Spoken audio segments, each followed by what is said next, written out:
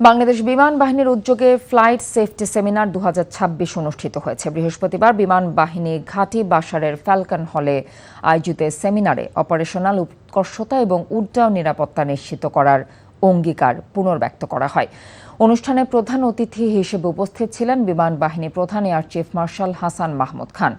এ সময় বিমান বাহিনী প্রধান বিভিন্ন চ্যালেঞ্জ সত্ত্বেও বাহিনীর সাফল্যে সন্তোষ প্রকাশ করেন। পাশাপাশি সকল সদস্যের পেশাদারিত্ব, আন্তর্জাতিক সহযোগিতা, জাতীয় গুরুত্বপূর্ণ দায়িত্ব পালন এবং দুর্যোগ মোকাবেলায় ভূমিকার প্রশংসা করেন। এছাড়া অনুষ্ঠানে বিভিন্ন ক্যাটাগরিতে ফ্লাইট সেফটি ট্রফি প্রদান করা হয়। অনুষ্ঠানে বিমান বাহিনীর ঊর্ধ্বতন কর্মকর্তাদের পাশাপাশি বিভিন্ন ঘাঁটি ও ইউনিটের সদস্যরা সরাসরি এবং ভিডিও কনফারেন্সের মাধ্যমে অংশগ্রহণ করেন।